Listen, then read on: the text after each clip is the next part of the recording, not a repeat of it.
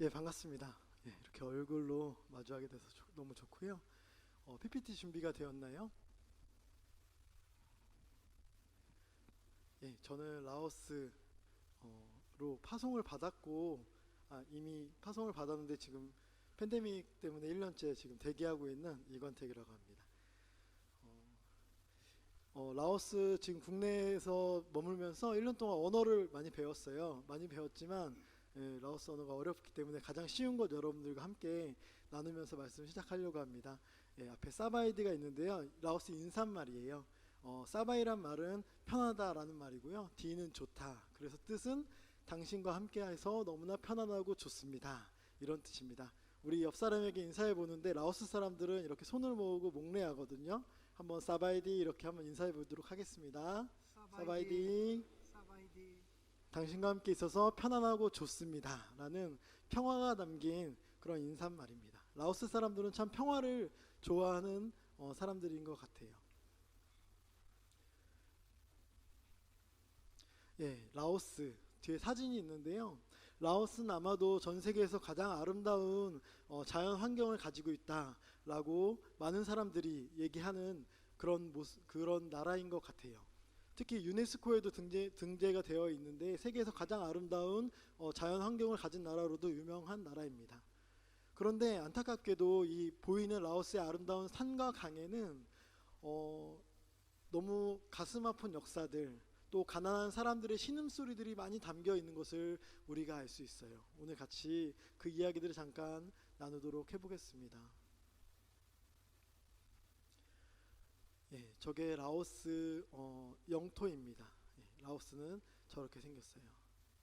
라오스 주변에는 많은 나라들이 있습니다. 예, 우리가 잘 알고 있는 베트남, 캄보디아, 그리고 지금 분쟁이 일어나고 있는 미얀마, 중국, 태국 이런 나라들로 라오스는 이렇게 둘러싸여져 있습니다.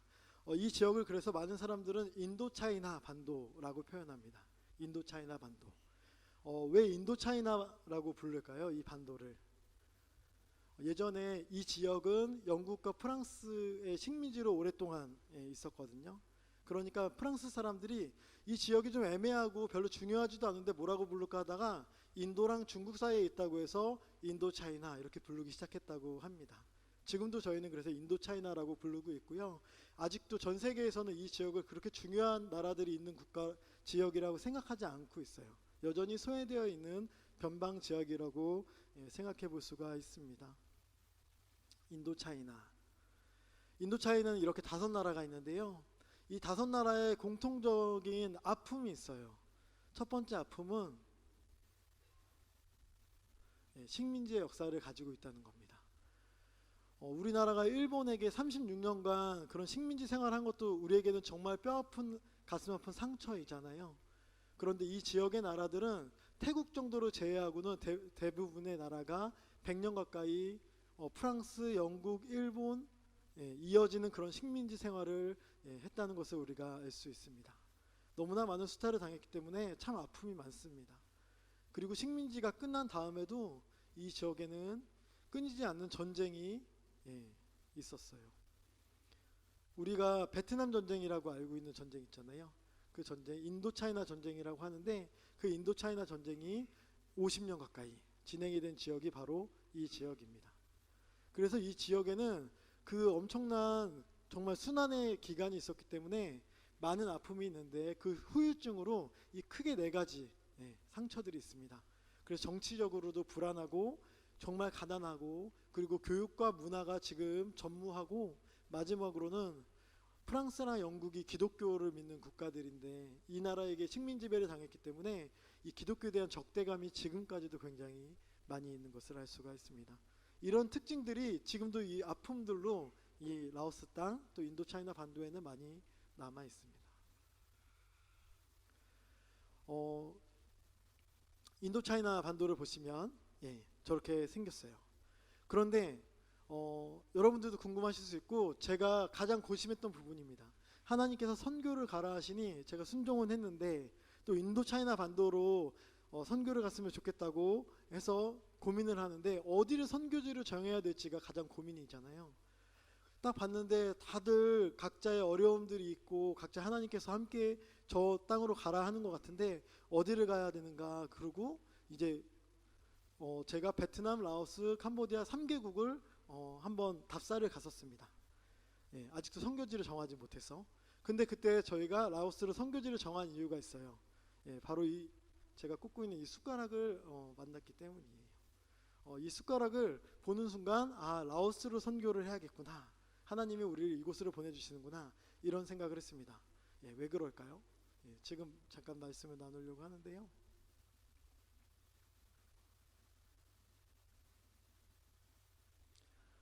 예, 이 숟가락. 저희가 라오스 중부에 가면 시엔쾅이라는 마을이 있습니다. 예, 그 시엔쾅이라는 마을에 갔더니 식당마다 다 이런 숟가락이 있는 거예요. 밥을 먹을 때마다. 근데 이 숟가락이 좀 보기에는 좀 이렇게 뭐라 그러지? 먹음직스럽게 생기지 않는 숟가락이에요. 그래서 뭔가 좀 불순물도 좀 껴있는 것 같고 그렇거든요. 그래서 이게 좀 망설여지는데 가는 곳마다 있으니까 물어봤어요. 이 숟가락이 어디서 온 거냐고, 유행하는 거냐고 라오스에서. 그랬더니 그게 아니고 이 반나피아 마을이라는 데를 소개시켜 주는 겁니다. 그래서 반나피아 마을에 가면 이 숟가락을 만드는 곳이 있다고 해서 저희가 한번 찾아가 봤어요. 반나피아 마을은 그 중부 지역에서도 이렇게 조그만 산골 마을입니다. 이 산골 마을에는 뭘 하고 있었냐면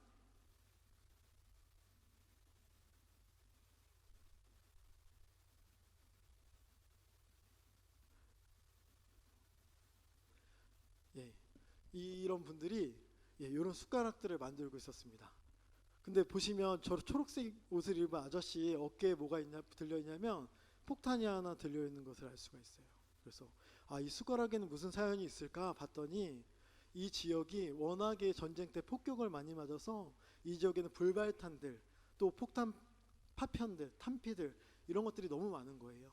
사람들이 가난하다 보니까 살아갈 수 있는 방법이 없어서 그 파편들을 주워서 이렇게 폭탄을 분해해서 숟가락을 만들어서 팔기 시작했다라고 합니다. 그것이 지금 유행해서 라오스 전역에 숟가락이 팔리고 있는데요. 이 불발탄 탄피를 녹여서 만든 그런 숟가락을 가지고 살아가는 사람들이 있어요. 그런데 그 마을을 보니까 얼마나 불발탄 탄피가 많냐면 저게 폭탄인데요. 울타리도 저렇게 폭탄으로 이루어져 있는 것을 알 수가 있습니다. 또한 대문도 폭탄, 불발탄으로 만든 것을 볼 수가 있어요. 그것뿐만 아니라 아이들이 노는 곳도 이렇게 되어 있죠. 저희가 그때 게스트하우스에서 묵었는데요. 저희가 게스트하우스 묵으면 그 앞에 커피 한 잔 마시는 그 모닥불 펴놓은 데 있는데 그것도 저 포탄 껍데기로 만들어져 있어요. 냄비도 그렇고 컵도 그렇습니다. 이 지역에는 사람들이 폭탄과 함께 살아가는 일상, 또 불발탄과 함께 살아가는 일상이 펼쳐져 있는 것을 알 수가 있죠. 어찌 보면 참 무서운 것인데 나중에 들어보니까 지금도 1년에 300건 이상은 이 폭발 사고가 나가지고 많은 사람들이 다치고 있다고 합니다. 그런데 그 무서운 불발탄 또 폭탄의 탄피들을 주워다가 이렇게 숟가락을 만드는 것을 우리가 보는 거예요. 어떻게 만드냐면 간단하게 이렇게 만듭니다.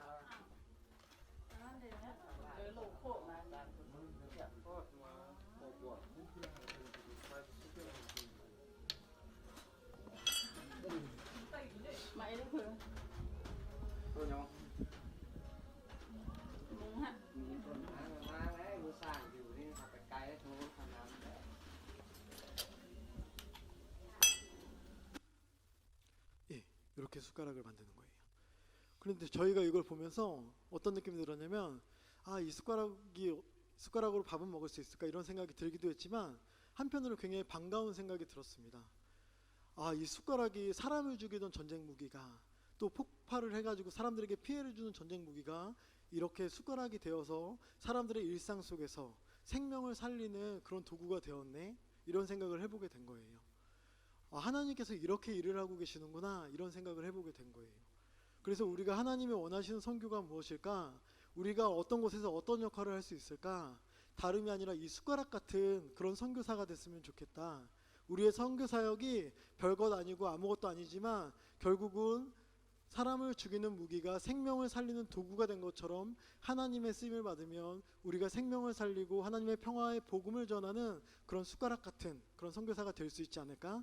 그런 마음을 가지고 이 지역이 이 불발탄 피해 지역 때문에 많은 사람이 고통을 받고 있으니 하나님께서 우리를 통하여 이 라오스 지역을 섬기고 라오스의 평화와 또 생명의 가치들을 실현하는 그런 일을 하시려고 하는 것이 아닌가, 그런 다짐을 가지고 저희가 라오스 땅에 들어가게 되었습니다. 그래서 그때부터 이 숟가락을 보면 우리는 이 숟가락 같은 선교를 해야지, 숟가락 같은 선교사가 되어야지, 그렇게 다짐을 하게 되었었습니다. 그렇게 라오스를 우리가 선교지로 정했는데요. 라오스에 관련돼서는 간단하게 몇 가지만 짚어볼게요. 방금 얘기한 것들이 다 들어있는 내용입니다. 라오스는 보시면 바다가 없죠. 전체가 다 내륙 국가입니다. 그러니까 무역으로 먹고 살기도 어렵고 또 국가의 전체의 80%가 산지예요. 그래서 농토도 별로 없고, 그걸 보시면 알겠지만 남북한 합한 거의 1.2배만큼의 영토가 있지만 인구는 700만 명밖에 되지 않습니다. 그러니까 어떻게 돼요? 가난하죠. 그래서 라오스는 예전부터 가난한 국가였다고 합니다. 그래서 지금도 상당히 가난한데요.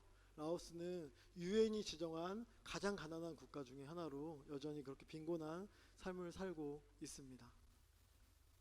그리고 종교도 불교가 굉장히 많고요. 또한 전통 종교 합해서 대다수고, 기독교의 인구는 전체의 1.5% 정도밖에 되지 않는다고 합니다. 그것도 이제 프랑스의 식민지였기 때문에 1.5%만 하나님을 알고 있죠. 그런 지역에서 아까 얘기했던 그 엄청난 사건이 이제 일어나는 거예요.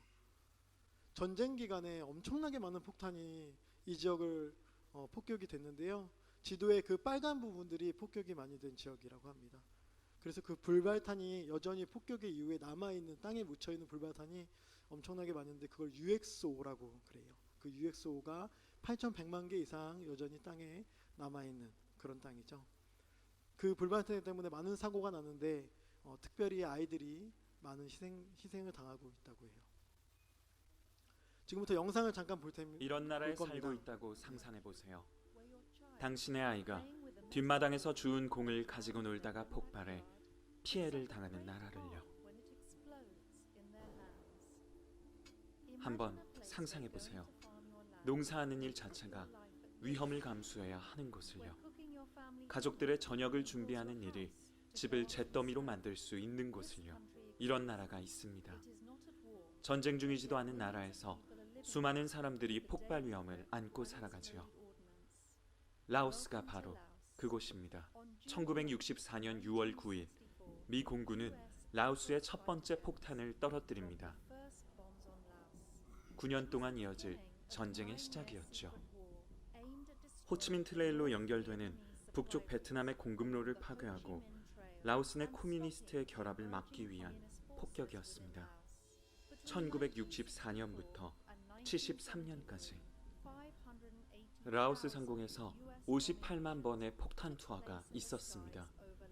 이것은 전투기 한 대가 24시간 동안 쉬지 않고 8분에 한 번씩 9년 동안 떨어뜨린 것과 같은 숫자입니다.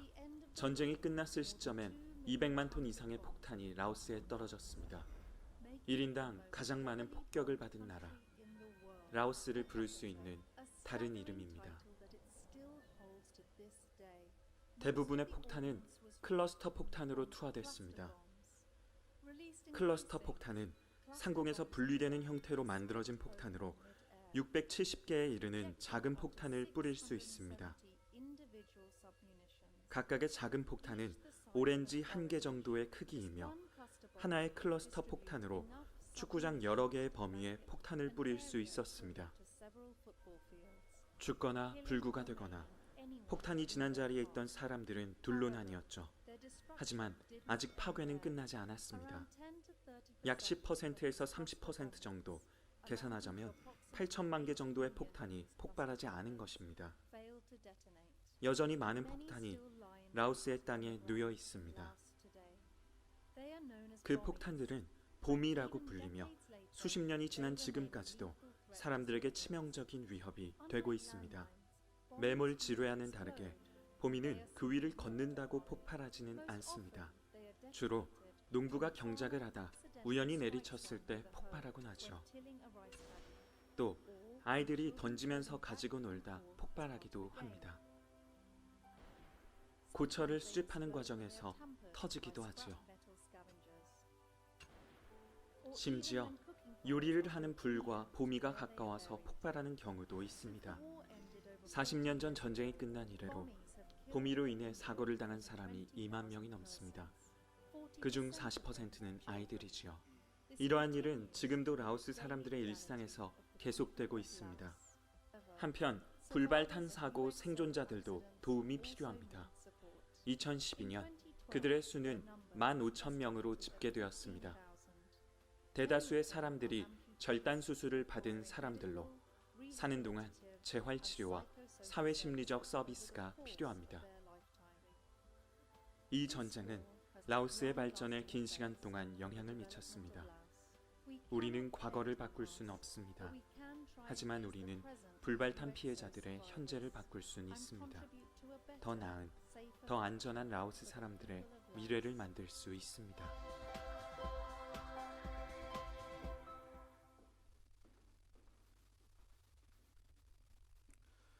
예, 참 안타까운 일인데요.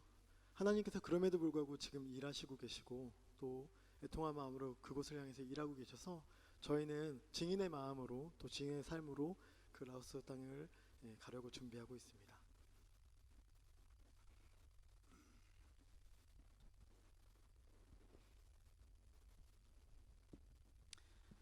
하나님이 저희를 증인으로 부르셨더라고요.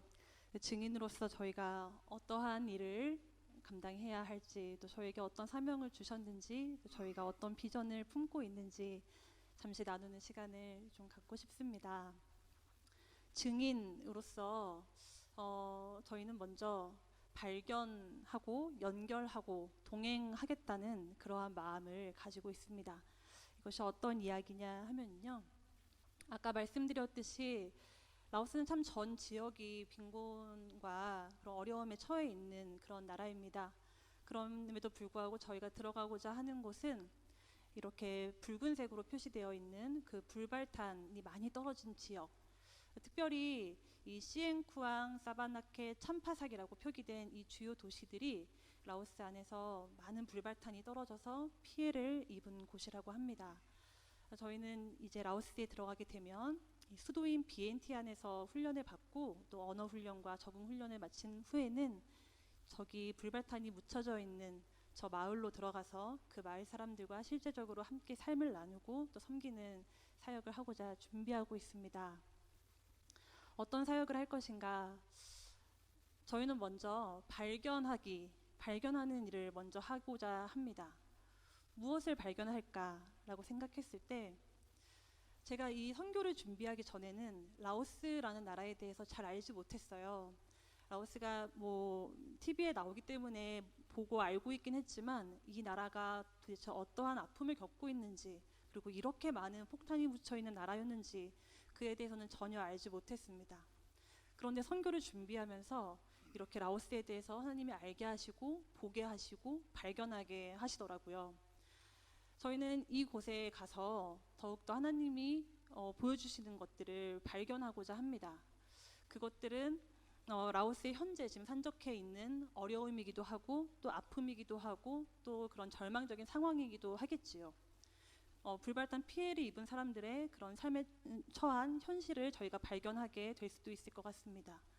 그러나 또 한편으로는 라오스의 그 아름다운 사람들, 그리고 이미 하나님께서 심어놓으신 그 희망을 우리가 발견하고 싶습니다. 하나님께서 이미 일하고 계시다는 것을 우리는 믿고 알고 있기 때문에 하나님이 일하시는 그 현장을 우리는 보고 발견하고 그 희망을 싹 틔우는 일에 저희가 함께 하고자 합니다. 그래서 먼저는 불발탄 피해자들을 만나서 그들의 삶을 기록하고 발견하고 또 거기에 피해 아동들과 함께 평화로운 그림책을 또 출판하기도 하고 이러한 일들을 저희가 감당하고자 준비하고 있습니다. 다음으로는 연결하기입니다. 무엇을 연결하는 것일까요? 먼저는 하나님과 그 라오스 사람들을 연결하는 것입니다. 아직 하나님의 이야기는 들었지만 그 마음으로 다 믿고 있지 못하는 사람들에게 하나님과 더 연결될 수 있도록 우리가 다리가 되기를 원하는 마음으로 선교를 준비하고 있습니다. 또 한편으로는 이곳에 있는 우리 이 신내교회, 그리고 우리 한국교회, 더 나아가서는 아시아에 있는 여러 신앙 공동체들과 그 라오스에서 생겨날 신앙 공동체를 연결하는 사명을 감당하고 싶습니다. 우리가 지금 옆에 있는 형제 자매 분들을 보고 있지만 그 라오스 땅에도 하나님께서 이미 함께하고 계시는 우리의 형제 자매가 있다는 것을 우리가 알고 또 그들과 함께 연결되는 마음을 가지면서 함께 기도할 수 있는 하나된 공동체로 우리가 연결되었으면 좋겠습니다. 그렇게 연결하는 일을 하고 싶습니다. 마지막으로 동행하기입니다. 실제로 우리가 그 마을에 들어가서 그 사람들과 라오스인들과 함께 동행하고 삶을 살아나가면서 그 라오스에는 많은 불발탄 피해로 이미 복구 작업을 하고는 있지만 여전히 턱없이 부족한 상황이라고 합니다. 망가진 마을을 되살리고 그 마을에 대한 대안이 아직도 부족한 상황이라고 합니다. 우리는 그들과 함께 더불어 삶을 살아나가면서 그 마을을 세우고 또 지켜나가는 일을 감당하고자 합니다. 아직도 부족한 사회 공공 시스템들을 세워나가고 또 장애에 입어서 힘들어하는 사람들을 위하여서 실질적으로 필요한 일들을 보급하고 그들의 삶을 돕고, 더 나아가서는 그렇게 전쟁과 빈곤으로 인해서 절망적인 땅으로 보여졌던 그 한 마을이 하나님의 일들이 일어나고 또 생명이 싹 틔워지고 희망이 싹 틔워지는 그러한 장소로 거듭날 때까지 저희가 함께 동행하면서 그 일들을 함께 감당하고자 합니다. 이렇게 저희를 증인으로 부르신 하나님께서 저희에게 또한 사명을 주셨습니다. 그 사명은 살림이라는 단어로 저희에게 다가왔습니다. 생명을 살리는 복음 선교, 지역을 살리는 마을 선교, 세상을 살리는 평화 선교, 이렇게 살리는 사명을 감당하라고 하나님이 저희를 부르신 줄로 믿습니다. 발견하고 또 연결하고 동행함으로써 저희는 한 영혼이 하나님을 인격적으로 만나는 일을 돕기 위한 생명을 살리는 복음 선교를 하겠습니다. 또한 지금 라오스인들이 처한 실제적인 삶의 어려움들을 없애고 그들을 돕고 그들과 함께하는 세상을 살리는 평화 선교를 감당하겠습니다. 또한 그럼으로써 그 온 마을이 하나님과 동행하며 그렇게 거듭나는 아름다운 마을이 될 수 있도록 지역을 살리는 마을 선교 하는 그런 사명을 저희가 꿈꾸고 있습니다. 궁극적으로는 정말 온 마을이 하나 그리스도의 제자로 거듭나고 또한 성장하는 그런 총체적인 하나님의 선교를 감당하기를 저희는 기도하면서 준비하고 있습니다. 이 일들은 이렇게 순차적으로 진행이 될 것이라고 생각합니다. 먼저는 정말 그리스도의 신앙 공동체가 세워지고 그 공동체가 세워짐으로써 한 마을이 바뀌어지고 그 마을이 바뀌어짐으로 인해서 라오스라는 나라가 변화되고 또 우리 한국교회도 변화되고 이 전 세계가 평화로운 하나님의 그런 아름다운 세상으로 변화될 수 있는 것이 이렇게 진행되리라 생각합니다. 그 중심에는 여전히 단단한 신앙 공동체가 있어야 될 줄로 압니다. 그래서 부탁드리는 것은 여기 계신 우리 신내교회 성도 여러분, 저희가 그 중심을 단단히 붙들고 그 복음에서부터 시작할 수 있도록 늘 기도해 주시고 또 지켜봐 주시기를 부탁을 드립니다.